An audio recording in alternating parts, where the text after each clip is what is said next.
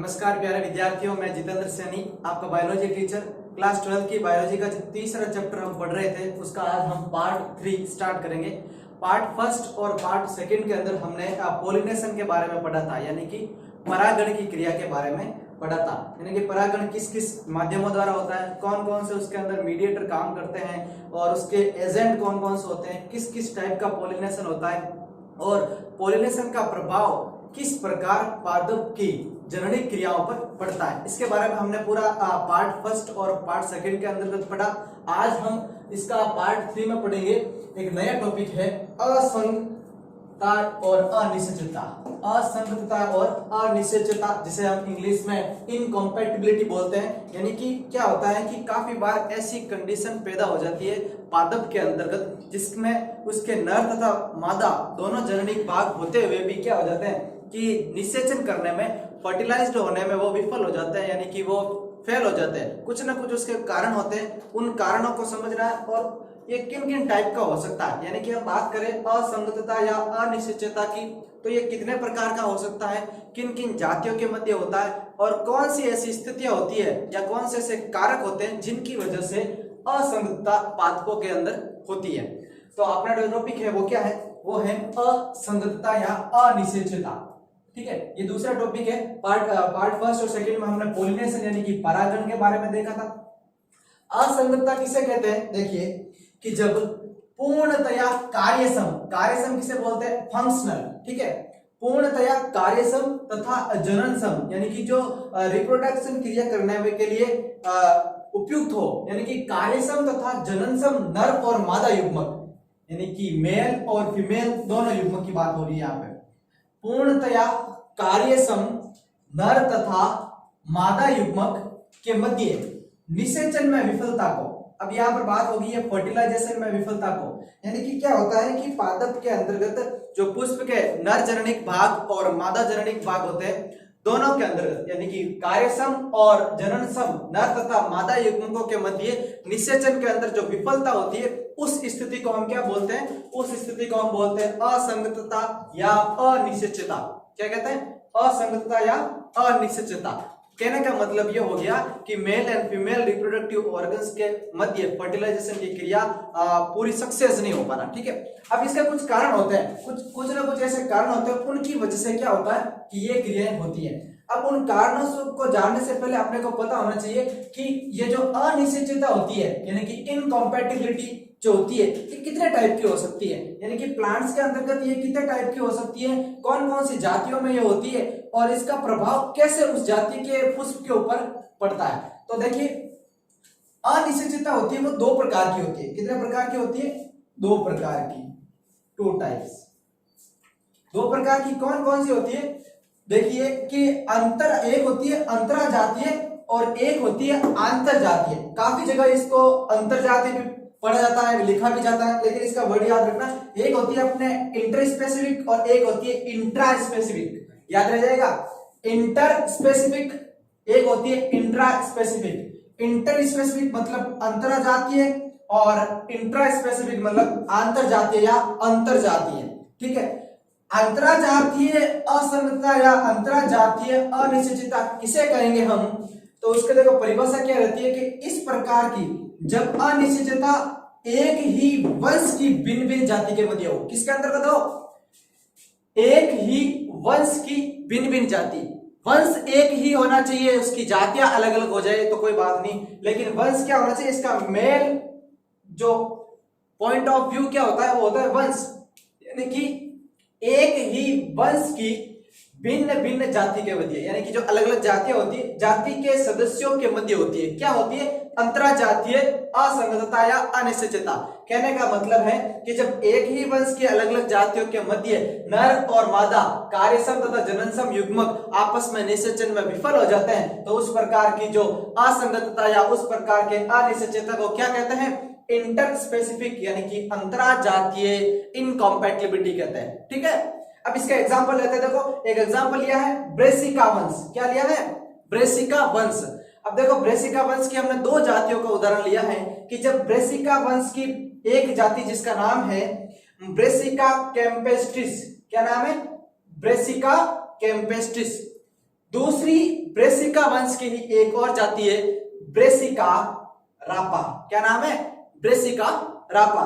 तो जब Brassica campestris तथा ब्रेसिका रापा के मध्य स्व अनिश्चितता, या हम बोल सकते हैं नॉर्मल सी बात की जाए अनिश्चितता हो जाए। अनिश्चितता कैसे? कि उनके मध्य कार्यसम तथा जननसम नर तथा मादा युग्मक निषेचन करने के अंतर्गत क्या नहीं हो, सक्सेस नहीं हो, पूर्णतः सफल नहीं होते, तो उस प्रकार की जो अनिश्चितता होती है उसे अंतराजातीय अनिश्चितता कहते हैं। अब इसका एग्जांपल ये था, ब्रेसिका वंश की दो जातियां ली थी, एक ब्रेसिका वंश की जाति थी कैम्पेस्ट्रिस और एक ब्रेसिका वंश की जाति थी रापा। इनके मध्य होता है एक ही वंश है, देखो ये भी ब्रेसिका वंश और ये भी यहाँ पर क्या है, ब्रेसिका वंश है। तो ब्रेसिका वंश की जातियों के मध्य। अब अंतराजातीय तो अपने को पता चल गया कि सेम ही वंश होना चाहिए, जीनस सेम ही होना चाहिए, उसे बोलते हैं अंतराजातीय। दूसरी कौन सी प्रकार की है कि दूसरी है अपने आंतरजातीय, यानी कि इंट्रा स्पेसिफिक इनकॉम्पैटिबिलिटी। इंट्रा स्पेसिफिक इनकॉम्पैटिबिलिटी, ठीक है। तो ये क्या होती है, इसका उल्टा। उल्टा कैसे है कि थोड़ा और डीप चाहिए। डीप कैसे कि यहां पर हम बात कर रहे थे पर्टिकुलर एक वंश की, कि एक ही वंश की अलग अलग जातियों। अब वंश के और नीचे डीप मतलब कि जैसे जैसे नीचे जाएंगे, हमने बात की थी, आप 11th क्लास में आपने पढ़ा होगा क्लासिफिकेशन के बारे में, और हमने बोला था कि वर्गीकी की सबसे छोटी इकाई होती है जाति। क्या होती है? जाति।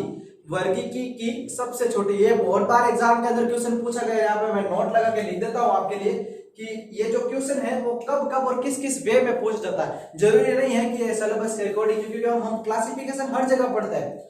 तो यहां पर एक चीज लिखते हैं नोट लगाकर, जाति वर्गीकी की सबसे छोटी इकाई होती है, सबसे छोटी इकाई होती है किसकी? वर्गीकी की या वर्गीकरण की। वर्गीकरण की कौन होती है? जाति। स्पीशीज होती है वो सबसे छोटी इकाई होती है। तो आंतरजातीय यानी कि इंट्रा स्पेसिफिक इनकॉम्पैटिबिलिटी क्या रहेगा कि जब अनिश्चितता एक ही जाति के मध्य हो। यहां पर हो रही थी एक ही वंश की दो अलग अलग जातियां, अब यहां पर क्या होगा कि जब अनिश्चितता एक ही जाति की, जाति भी सेम ही रहेगी, एक ही जाति के सदस्य रहेंगे, उनके मध्य हो जाए। होना क्या है कि जो जननसम तथा कार्यसम नर तथा मादा युग्मक है उनके मध्य निषेचन में विफलता होना। जब एक ही जाति के सदस्य के मध्य निषेचन में विफलता हो जाएगी तो उसे तो बोलेंगे आंतरजातीय, जाति के अंदर। और जब एक ही वंश के अंतर्गत हो जाएगी तो उसे बोलेंगे अंतराजातीय, यानी कि एक ही वंश के अंतर्गत। इसका एग्जांपल है प्रिमूला, ठीक है। अब एग्जाम के अंदर ये क्वेश्चन काफी बार पूछा गया है, क्योंकि जो अपना ये जो तीसरा लेसन है, ये तीसरा तथा चौथा अध्याय मिलाकर 1 नंबर का क्वेश्चन आता है। कितना नंबर का? 1 नंबर का। इन दोनों में से एक क्वेश्चन आता है, वो भी 1 नंबर का आएगा। हर बार मैक्सिमम ये क्वेश्चन बहुत बार रिपीट हुआ है कि स्व अनिश्चितता या स्वबद्धता क्या है? ये इसी का दूसरा नाम है। किसका दूसरा नाम है? अंतरजातीय। अंतरजातीय का दूसरा नाम है स्व अनिश्चितता या स्वबद्धता। ये एग्जाम के अंदर आ चुका है। 1 नंबर का क्वेश्चन आता है लेसन नंबर 3 और लेसन नंबर 4 में से, दोनों में से किसी एक लेसन से एक ही क्वेश्चन आता है, वो भी 1 नंबर का आता है। और ये क्वेश्चन रिपीट हो चुका है 2 बार। क्या होता है? अंतरजातीय या स्व अनिश्चितता, या इसका एक और नाम होता है स्वबद्धता, कि जब अनिश्चितता एक ही जाति के सदस्यों के मध्य हो तो उस प्रकार को बोलते हैं अंतरजातीय या इंट्रा स्पेसिफिक। इसका एग्जांपल है प्रिमूला। क्या एग्जांपल है इसका? प्रिमूला। तो ये तो हमने पढ़ा है कि असंगतता या अनिश्चितता होती है इन कंडीशन में, इस वे में, इस टाइप की होती है। लेकिन कुछ ना कुछ इसके कारक होंगे, यानी कि कुछ फैक्टर्स रोल प्ले कर रहे होंगे कि उनकी वजह से है जो प्लांट के अंदर ये कंडीशन होती है जिसकी वजह से अनिश्चितता हो जाती है, फर्टिलाइजेशन पूरा नहीं हो पाता, सक्सेस नहीं हो पाता, या उसके अंदर कार्यसम या जननसम जो युग्मक होते हैं वो आपस में मिल नहीं पाते, तो उनके कुछ कारक होते हैं। तो क्या होता है कि जब पराग स्त्री केसर पारस्परिक क्रिया होती है, क्या होती है? पराग स्त्री केसर पारस्परिक क्रिया होती है, तो उस क्रिया के परिणाम स्वरूप भी कुछ ऐसे कारक होते हैं, उन कारकों की वजह से पौधों के अंतर्गत असंगतता पाई जाती है। अब वो कारक क्या है? देखिएगा, पहला कारक है फिजियोलॉजिकल, यानी कि पुष्प के कुछ कारिकीय ऐसे कारक हो जाते हैं, पुष्प की स्थिति, आकार में बदलाव होना। तो फिजियोलॉजिकल जो कुछ कारक होते हैं उनकी वजह से उनके अंदर फर्टिलाइजेशन या निषेचन नहीं हो पाता, ठीक है। अगर निषेचन नहीं हो पाएगा तो क्या होगा कि आकारिकीय संरचना। दूसरा कारक क्या है, पहला तो हो गया कारिकीय फिजियोलॉजिकल, दूसरा है मॉर्फोलॉजिकल, यानी कि दूसरा कारक है आकारिकीय, यानी कि जो पुष्प की आकारिकी संरचना है, यानी कि जो मेल और फीमेल रिप्रोडक्टिव ऑर्गन की जो संरचना है, यानी कि पुमन, एंड्रोसियम और गाइनोसियम की अगर हम बात करें तो हमने पहले भी पार्ट फर्स्ट और सेकंड के अंदर पढ़ा था कि कुछ ऐसे कारक होते हैं जिनकी वजह से क्या होता है कि जो गाइनोसियम का एक यूनिट अंडक वो उसकी दूरी और एंड्रोसियम यानी कि जो पुमन का एक यूनिट होता है उसकी दूरी, उनके दोनों के मध्य दूरी ज्यादा होने की वजह से या उन दोनों का आकार में भिन्नता, यानी कि मान लगे कि एंड्रोसियम का आकार बड़ा है और जो कार्पल्स नॉर्मल से आप बात करें अंडक का आकार छोटा है, तो दोनों के मध्य निषेचन की क्रिया नहीं हो पाती। तो कुछ न कुछ मॉर्फोलॉजिकल फैक्टर्स भी होते हैं। और तीसरा और इंपॉर्टेंट है बहुयुग्म विकल्पी, मल्टीपल एलील का। ये क्या होता है बहुयुग्म विकल्पी? काफी बार क्या होता है कि नर युग्मकों की वजह से, नर युग्म मतलब कि परागण वाला, नर युग्मकों की वजह से अनेक प्रकार के युग्म विकल्पी पैदा हो जाते हैं जिनकी वजह से पर्टिकुलर रीजन के दौरान निषेचन नहीं हो पाता, और उस प्रकार के युग्म विकल्पी को बोला जाता है युग्मकोद्भिद युग्म विकल्पी। क्या बोला जाता है? युग्मकोद्भिद बहुयुग्म विकल्पी कहा जाता है जब मेल रिप्रोडक्टिव ऑर्गन की वजह से निषेचन के अंतर्गत सफलता नहीं प्राप्त होती है। और जब मेल रिप्रोडक्टिव मतलब युग्मकों की वजह से, और जब बीजाणुओं की वजह से, यानी कि फीमेल रिप्रोडक्टिव ऑर्गन की बात कर रहे हैं, तो बीजाणुओं की वजह से निषेचन के अंतर्गत विफलता हो जाती है तो उसे हम बोलते हैं बीजाणु विधि बहुयुग्म विकल्पी। ये मुख्य जो 3 कारक थे जिनकी वजह से असंगतता या अनिश्चितता पादपों के पुष्पों के अंतर्गत होती है। एक बार और रिपीट कर लेते हैं, इसकी परिभाषा बहुत इंपॉर्टेंट है। डेफिनेशन क्या होती है कि जो पूर्णतः पुष्प मतलब कि एक कंप्लीट फ्लावर की बात करें जिसके अंदर चारों वॉल्स पाए जाते हैं, यानी कि पुष्प के चारों चक्र उसके अंदर प्रेजेंट है, अगर वो पुष्प अगर लास्ट स्टेज के दौरान भी निषेचन नहीं कर पाता है तो कुछ ऐसे कारक होते हैं, और इसी कंडीशन को हम क्या बोलते हैं? असंगतता बोलते हैं। जब पूर्णतः कार्यक्षम तथा जननक्षम नर व मादा युग्मकों के मध्य निषेचन में विफलता हो जाती है तो उसे बोलते हैं असंगतता। असंगतता को ही कहा जाता है अनिश्चितता। इंग्लिश में इनको बोलते हैं इनकम्पैटिबिलिटी। और ये 2 प्रकार की होती है, एक तो होती है अंतराजातीय और एक होती है आंतरजातीय। अंतराजातीय क्या होती है? इंटरस्पेसिफिक, कि जब अनिश्चितता एक ही वंश की, यानी कि वंश उनका सेम होना चाहिए, एक ही वंश की अलग अलग जातियों के मध्य हो जाए तो उसे बोलते हैं इंटर स्पेसिफिक अंतराजातीय अनिश्चितता। उसके एग्जांपल हमने ब्रेसिका वंश के बारे में ली थी। ब्रेसिका वंश की 2 जातियां, कौन सी 2 जातियां? एक ब्रेसिका कैम्पेस्ट्रिस और एक दूसरी है ब्रेसिका रापा, इनको एग्जांपल लिया था। और दूसरा अपना अनिश्चितता का टाइप्स है आंतरजातीय, यानी कि इंट्रा स्पेसिफिक। ये क्या होता है इंट्रा स्पेसिफिक? यानी कि जब अनिश्चितता एक ही जाति के सदस्यों में हो, यहाँ पर एक ही वंश की बात कर रहे थे, यहाँ पर हम बात करेंगे एक ही जाति के सदस्यों के मध्य, तो उसका एग्जाम्पल क्या था? प्रिमुला। और आंतरजातीय को ही कहा जाता है स्वबंध्यता और स्व अनिश्चितता। ये तो थी स्व अनिश्चितता की परिभाषा और टाइप्स। कारक क्या थे? एक था फिजियोलॉजिकल, एक था मॉर्फोलॉजिकल और एक था मल्टीपल एलील्स बहुविकल्पी। ठीक है, इन सब के कारण क्या होता है? पादप के पुष्पों के अंदर अनिश्चितता तथा असंगतता हो जाती है। इसके बाद अपना जो अगला टॉपिक है फर्टिलाइजेशन, उसको हम अभी पढ़ते हैं कि फर्टिलाइजेशन किस प्रकार प्लांट के फ्लावर्स के अंतर्गत होता है मेल और फीमेल रिप्रोडक्टिव ऑर्गन्स के युग्मकों के मध्य। अब हम देखते हैं अपना इस चैप्टर का तीसरा टॉपिक। कौन सा तीसरा टॉपिक? वो इंपॉर्टेंट है। देखो, सबसे पहले हमने बात की थी पॉलिनेशन की, परागण की, उसके बाद हमने किसकी की बात की थी? इनकम्पैटिबिलिटी की, यानी कि असंगतता या अनिश्चितता की बात की थी। अब अपना तीसरा टॉपिक है निषेचन, फर्टिलाइजेशन। अब निषेचन क्या होता है? निषेचन को सबसे पहले किसने एक्सप्लेनेशन किया था, किस प्रकार होता है, कौन कौन सी स्थितियां निषेचन के अंदर पैदा होती है, इन सब के बारे में जानेंगे। पहले थोड़ी जनरल डिटेल देखते हैं कि क्या होता है निषेचन, किसे कहते हैं, वो देखते हैं। निषेचन क्या होता है? देखिए, निषेचन होता है नर तथा मादा युग्मकों का, नर तथा मादा युग्मकों का, नर तथा मादा युग्मकों का संलयन होना क्या कहलाता है? निषेचन कहलाता है। नर तथा मादा युग्मकों का संलयन होना निषेचन कहलाता है। ये बात हम प्लांट के अंतर्गत भी पढ़ते हैं, ये बात हम जंतु यानी कि एनिमल्स के अंतर्गत भी पड़ता है। निषेचन की परिभाषा सेम ही रहती है प्यारे विद्यार्थियों कि जब नर तथा मादा युग्मकों का संलयन होता है या मादा युग्मकों के मध्य संलयन होता है तो इस स्थिति को हम क्या बोलते हैं, इस स्थिति को हम कहते हैं फर्टिलाइजेशन या निषेचन। ठीक है, अब ये स्थिति कब पैदा होगी, हम पढ़ रहे हैं प्लांट के बारे में, प्लांट के आवर्तबीजी के बारे में। तो इस स्थिति को पैदा करने के लिए कौन सी स्थितियां होगी, कंडीशन क्या होती है कि जब नर और मादा युग्मक आपस में संलयित होते हैं। तो इसको देखो, सर्वप्रथम निषेचन के बारे में बताया क्या था, ये भी चीज इंपॉर्टेंट है, नोट लगा के अपने को पता होनी चाहिए कि सर्वप्रथम वैज्ञानिक स्ट्रॉसबर्गर ने, काफी जगह स्ट्रॉसबर्गर लिखा रहता है, स्ट्रॉसबर्गर, वैज्ञानिक स्ट्रॉसबर्गर ने लीलियम पादप के अंतर्गत, कौन सा पादप था, लीलियम पादप के अंतर्गत निषेचन को सबसे पहले एक्सप्लेन किया।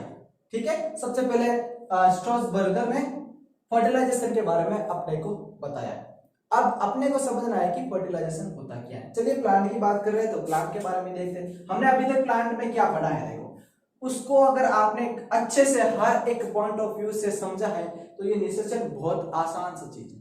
क्या होता है देखिए, हमने अब अभी बात करेंगे डायग्राम के थ्रू समझने का प्रयास करते हैं। और ये डायग्राम हम बना रहे हैं एक अंडक का, किसका, एक अंडक का हम डायग्राम बना रहे हैं,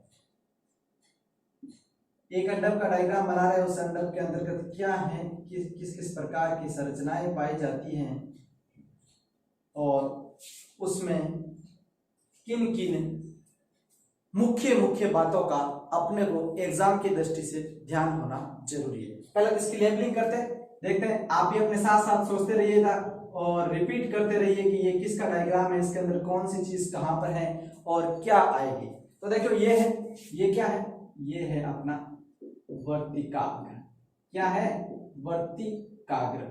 ठीक है, ये लंबी नलिकाकार संरचना क्या है, ये लंबी नलिकाकार संरचना है अपनी वर्तिका, क्या है, वर्तिका, लंबी नलिकाकार संरचना क्या है, वर्तिका। और नीचे का भाग ये कहलाता है अपना अंडाशय, क्या कहलाता है, अंडाशय। ये तो हमने किसकी बात की थी, एक अंडक की स्ट्रक्चर की। अब मैं आपको क्या समझाना चाह रहा हूं, मैं आपको फर्टिलाइजेशन समझाना चाह रहा हूं। फर्टिलाइजेशन कब होगा कि जब नर और मादा युग्मक आपस में मिलेंगे, संलयित होंगे। तो हमने पॉलिनेशन में क्या पढ़ा, परागकण, परागण की क्रिया द्वारा मादा के यानी कि मेल रिप्रोडक्टिव ऑर्गन्स के पास जाते हैं। मेल रिप्रोडक्टिव ऑर्गन फ्लावर का कौन सा है, जायांग, गाइनोसियम। जायांग के एक यूनिट, एक इकाई या एक सदस्य कौन सा है, अंडक। अंडक का डायग्राम हमने बनाया है। अंडक के 3 भाग होते हैं, एक वर्तिकाग्र, दूसरा वर्तिकाग्र, दूसरा वर्तिका और तीसरा अंडाशय। तो जब क्या होता है कि परागण की क्रिया करते हुए परागकण वर्तिकाग्र की सतह पर आते हैं, ये परागकण वर्तिकाग्र की सतह पर आ गए, किसकी सतह पर, वर्तिकाग्र की सतह पर आ गए। परागण की क्रिया करते हुए परागकण परागकोश से वर्तिकाग्र की सतह पर आ जाता है। ठीक है, अब क्या होता है देखो, अब कंडीशन क्या होती है, फर्टिलाइजेशन की 2 स्थितियां पैदा हो जाती है। क्या स्थितियां पैदा हो जाती है कि फर्टिलाइजेशन यानी कि हम बात करें निषेचन, तो निषेचन यहां पर 2 भागों में बंट जाता है। कितने भागों में, 2 भागों में बढ़ जाता है। एक तो होता है पराग कणों का अंकुरण, क्या, पराग कणों का अंकुरण, और दूसरा, यह हम 2 भागों में 2 स्थितियों के अंतर्गत निषेचन को समझते हैं। दूसरी स्थिति क्या होती है, पराग नलिका की वृद्धि, पराग नलिका की वृद्धि। ये 2 स्थितियां पैदा हो जाती है, पहली और दूसरी। अब देखो निषेचन के दौरान हम क्या समझते हैं, हम ये समझते हैं कि जब परागण की क्रिया करते हुए परागकण, ये परागकण है, पोलन ग्रेन्स है, वर्तिकाग्र की सतह पर आ जाते हैं। तो सबसे पहले हम समझते हैं परागकणों के अंकुरण की क्रिया, इसको अभी हम समझते हैं, इसको बाद में समझेंगे। इसको समझते हैं, तो परागकणों का अंकुरण किस प्रकार होता है, कि परागण की क्रिया करते हुए परागकण वर्तिकाग्र की सतह पर आ जाते हैं। अब वर्तिकाग्र की सतह पर क्या है, वर्तिकाग्र की सतह पर कुछ चिपचिपे स्राव पाए जाते हैं। क्या पाए जाते हैं? चिपचिपे स्राव पाए जाते हैं जो इन परागकणों को फिक्स्ड रखते हैं, चिपकाए हुए रखते हैं या आकर्षित करते हैं, ग्रहण करते हैं, जो भी अपनी बातें हैं वो हम कह सकते हैं। यहाँ पर पाए जाते हैं मुख्य चिपचिपे पदार्थ, चिपचिपे श्लेष्म पदार्थ। फॉर एग्जाम्पल की बात करूं मैं तो यहाँ पर रेजिन हो सकते हैं, ठीक है, और टेनिन भी हो सकता है, अन्य श्लेष्म पदार्थ भी हो सकता है, जो यहाँ पे इसकी सतह को, किसकी सतह को, वर्तिकाग्र की सतह को चिपचिपा बनाते हैं, ठीक है, परागण आगे बैठ गए। अब क्या होता है कि जब वर्तिकाग्र पर परागकणों का आने के बाद उसके अंदर से पराग नलिका का उद्भवन का जो प्रोसेस होता है, उस प्रोसेस को बोला जाता है परागकणों का अंकुरण। क्या बोला जाता है? परागकणों का अंकुरण होना, परागकणों का अंकुरण होना, ठीक है, एक टाइम पीरियड लगता है। अब परागकणों के अंकुरण के पश्चात क्या होता है? परागकणों के अंकुरण के पश्चात क्या होता है कि जो अनेक संख्या में जो परागकण वर्तिकाग्र की सतह पर उपस्थित है या सतह पर आकर बैठ गए हैं, चिपक गए हैं, उन सब के अंदर से थोड़ी पराग नलिका निर्माण होगा। उनमें से कोई एक पराग नलिका पराग कणों का अंकुरण होगा और पराग नलिका का निर्माण रहेगा, और वो पराग नलिका क्या होगी? पराग नलिका लंबाई में वृद्धि करती हुई आगे जाएगी। इस वाले भाग को इसे बोला जाता है बीजांड। क्या बोला जाता है? बीजांड। क्या कहते हैं?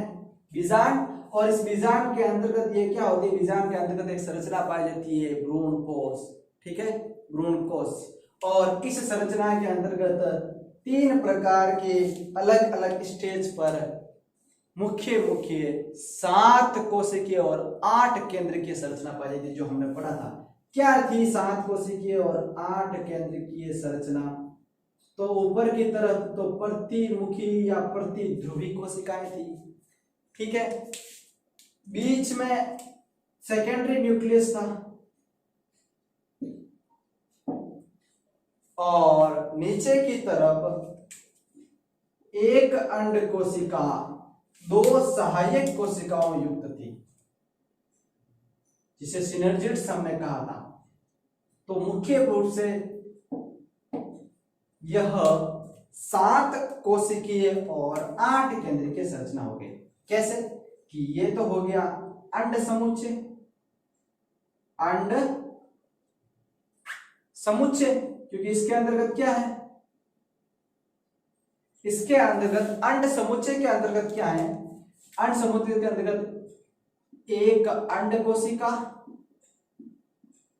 एक से प्लस 2 सहायक कोशिकाएं, जिसे बोलते हैं सिनर्जिड्स, ठीक है, इसे बोलते हैं अंड समुच्चय। ये क्या है? इसको बाद में लिखेंगे। ये क्या है? ये है अपना द्वितीयक केंद्रक, जिसे हम ध्रुवीय केंद्रक भी कहते हैं, जिसे हम क्या कहते हैं? ध्रुवीय केंद्रक, डेफिनेटिव न्यूक्लियस भी कहते हैं, जिसके अंदर ये एक कोशिकीय संरचना है लेकिन 2 केंद्रक नजर आ रहे हैं, देखो 2 केंद्रक है, ठीक है, और इन्हें कहा जाता है प्रतिमुखी या प्रतिध्रुवी कोशिकाएं, प्रतिमुखी या प्रतिध्रुवी कोशिकाएं, ठीक है। इस प्रकार की संरचना पाई जाती है। अब आगे क्या होगा? आगे की कंडीशन देखते हैं, आगे कंडीशन देखते हैं कि परागकणों का अंकुरण के समय और क्या क्या होता है, इस कंडीशन को देखते हैं। इसके आगे हम और बात करते हैं कि परागकणों का अंकुरण में क्या होता है, कैसे पराग नलिका होती है, कितनी संख्या में किन किन के अंतर्गत पराग नलिका का निर्माण होता है, इसके आगे अभी हम देखते हैं। अपना जो निषेचन के अंतर्गत पहला पार्ट था, हमने निषेचन को 2 चरणों में बांटा था, यानी कि परागकणों का अंकुरण की बात की थी कि परागण की क्रिया करते हुए परागकण वर्तिकाग्र की सतह पर आकर बैठ जाते हैं, वर्तिकाग्र की सतह पर परागकणों का अंकुरण कराया जाता है, उन्हें पर एक अच्छा माध्यम दिया जाता है, उन्हें नरिशमेंट प्रोवाइड किया जाता है, उनके अंतर्गत रेजिन, टेनिन, वसा वगैरह चीजें हो सकती है। उसके अंतर्गत जो टाइम पीरियड लगता है उसे परागकणों का अंकुरण के समय उसे अंकुरण काल कहा जाता है। अंकुरण काल के पश्चात क्या होता है कि ये परागकण होते हैं, उन परागकणों से पराग नलिका का निकलती है। पराग नलिका जब देखो नॉर्मल कंडीशन क्या है कि एक परागकण एक ही पराग नलिका को निकालेगा या उद्भवन करेगा, लेकिन क्या हो जाते हैं कि अनेक ऐसे परागकण भी होते हैं, कुछ ऐसे कुल के पादप के पुष्प जो एक परागकण द्वारा एक से अधिक पराग नलिका क्या अपने अंदर से निकालते हैं या उद्भवित करते हैं, तो उसे भी क्या कहते हैं। और एक परागकण से एक ही पराग नलिका निकलती है, तो उस प्रकार के पराग नलिका को क्या कहते हैं। तो ऐसे देखो इसको समझते हैं। तो एक नलिकीय परागकण क्या होता है कि जब एक परागकण एक ही पराग नलिका को निकाले। फॉर एग्जाम्पल ये परागकण है तो इसके अंदर से एक ही पराग नलिका निकले किसके समय, अंकुरण के पश्चात जनन छिद्र द्वारा, ठीक है। लेकिन क्या हो जाता है कि कुछ एक से अधिक पराग नलिका भी उत्पन्न करते हैं। कुकुरबिटेसी और मालवेसी कुल के जो पादप के पुष्प के परागकण होते हैं वे एक से अधिक पराग नलिका को भी क्या करते हैं, उत्पन्न करते हैं। उन्हें बोलते हैं बहुनलिकीय परागकण। लेकिन इसका एक इंपॉर्टेंट रोल यह है कि अंत के समय केवल एक पराग नलिका ही सक्षम और विकसित रहती है। और इंपॉर्टेंट चीज यहाँ पर मैं एक नोट कर देता हूं कि पराग नलिका की जो लंबाई होती है, किसकी, पराग नलिका की लंबाई किसके ऊपर निर्भर करती है, वर्तिका की लंबाई के ऊपर निर्भर करती है। इसकी लंबाई के ऊपर निर्भर करती है पराग नलिका की लंबाई। तो अपना आज का जो पहला पार्ट था निषेचन का, पराग कणों का अंकुरण, वो हमने समझ लिया है। हमने स्टार्ट किया था इनकॉम्पैटिबिलिटी से और निषेचन का भी पहला पार्ट हमने पढ़ लिया है। आप इस पूरे के पूरे वीडियो को आराम से आसानी से देखकर नोट्स बनाइए। हम नेक्स्ट पार्ट के अंतर्गत बात करेंगे पराग नलिका की वृद्धि किस प्रकार होती है, कैसे निषेचन का कार्य संपन्न होता है। धन्यवाद।